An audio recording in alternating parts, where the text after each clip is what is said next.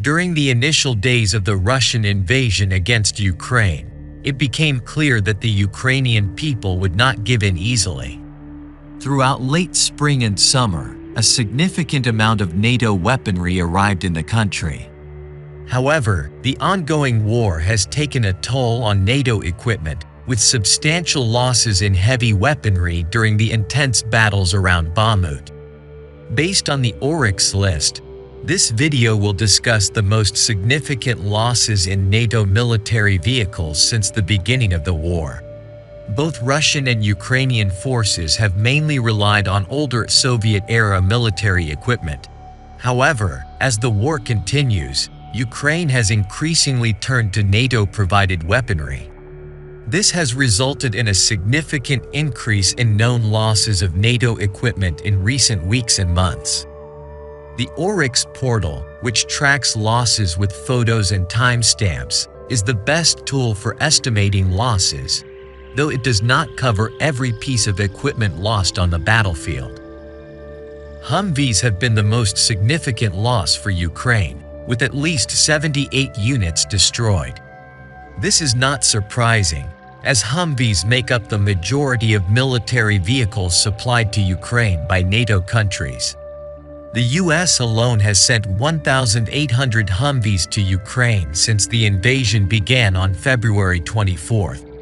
M113 armored personnel carriers and their variants have also seen high losses, with 29 American, Danish, Australian M113s and 24 Dutch YPR-765s destroyed in combat against the Russians. This totals 53 vehicles.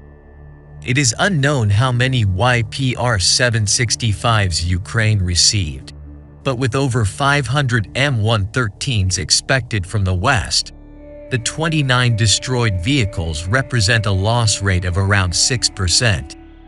The high losses of M113s can be explained by their vulnerability to modern anti-armor weapons. They are slow, easily detectable, and only capable of returning fire with a Browning M2 machine gun. This makes them easy targets for Russian BTRs and infantry units equipped with older RPGs. In recent days, Russian Wagner Group mercenaries have captured many M113s in the Bakhmut region, parading them through the city streets.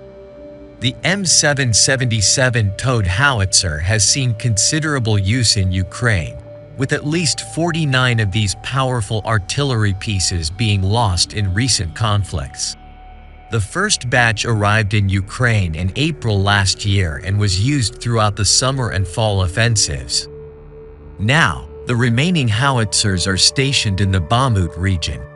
Of all the heavy weapons supplied to Ukraine by the United States, Australia, and Canada, the M777 has suffered the heaviest losses proportionally.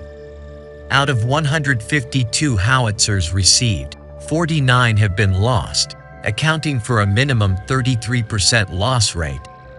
The high casualty rate can be explained by the fact that these towed howitzers require more time to move compared to their self-propelled counterparts. After firing, it takes time for the crew to prepare the howitzer for transport, and separate vehicles are needed to move them and resupply ammunition. During this process, Russian drones can pinpoint their locations and target them with artillery or drone strikes.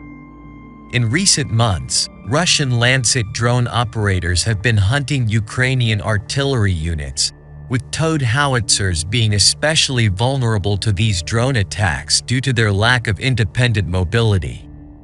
M109 self-propelled howitzers have also faced substantial losses, with at least 18 destroyed.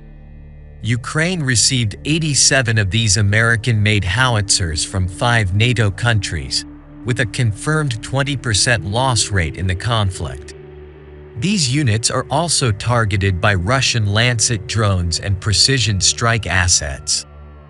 As the conflict continues, Ukraine has increasingly relied on NATO equipment, such as the Bayraktar TB2 multi-purpose drone. At least 17 of these Turkish-made reconnaissance and strike drones have been lost, with an 85% loss rate among NATO-supplied equipment. I would like to emphasize once again that the actual losses could be much higher than these numbers. These are just the losses that have been proven with photographs. The upcoming Ukrainian counteroffensive will likely see increased importance of NATO-supplied weapons, and with it, potentially higher losses. In a drawn-out conflict, Ukraine's military may fully transition to NATO equipment, but its impact on the war will depend on factors such as the preparedness of Ukrainian troops, the technological level of supplied weapons, and the support provided for logistics and ammunition resupply. Thanks for watching. If you enjoyed this video, don't forget to like and subscribe to our channel for more content like this. And be sure to hit the notification bell so you don't miss any new uploads. We appreciate your support and hope to see you again soon.